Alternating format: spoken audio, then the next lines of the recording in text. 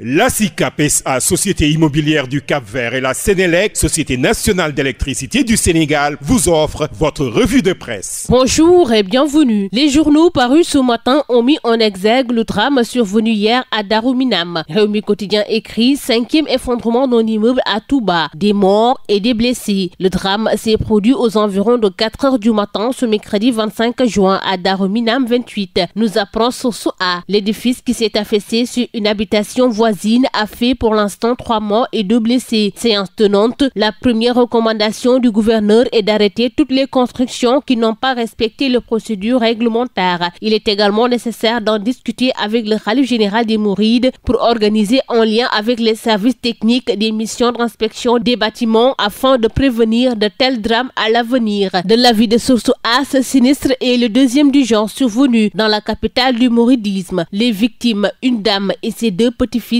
dormaient dans une maison contiguë à l'immeuble, renseigne Vox Populi, qui révèle 14 morts en 1 mois après les 11 décès de l'effondrement du 26 mai dernier. Dans Le Soleil, un expert préconise la création d'un cadre des ingénieurs. Pendant ce temps, à la Maison de la Presse, le Conseil pour l'Observatoire des règles d'éthique et de déontologie ferme ses bureaux, informe Réumi Quotidien, Source A, Actu, Vox Populi, Le Quotidien, Walf Quotidien, L'Info, Enquête, Sud Quotidien. Le Corrède est sevré des budgets 2024 et 2025 par le ministre de la Communication. Les sages alertent. Au même moment, à Tianjin, au Forum économique mondial, Ousmane Sonko expose la vision Sénégal 2050, affiche Yor oui. Nous avons fait le pari de toujours dire la vérité à notre peuple, dit-il dans les colonnes de Libération. Pour le Premier ministre, le substrat du contrat politique a été et reste la bonne gouvernance. Sonko allège les investisseurs avec les atouts majeurs du Sénégal. Diomaye face aux réalités du pouvoir, affiche Sud Quotidien, évoquant les retards dans la mise en œuvre des promesses de réforme, non-publication des rapports de l'IGE,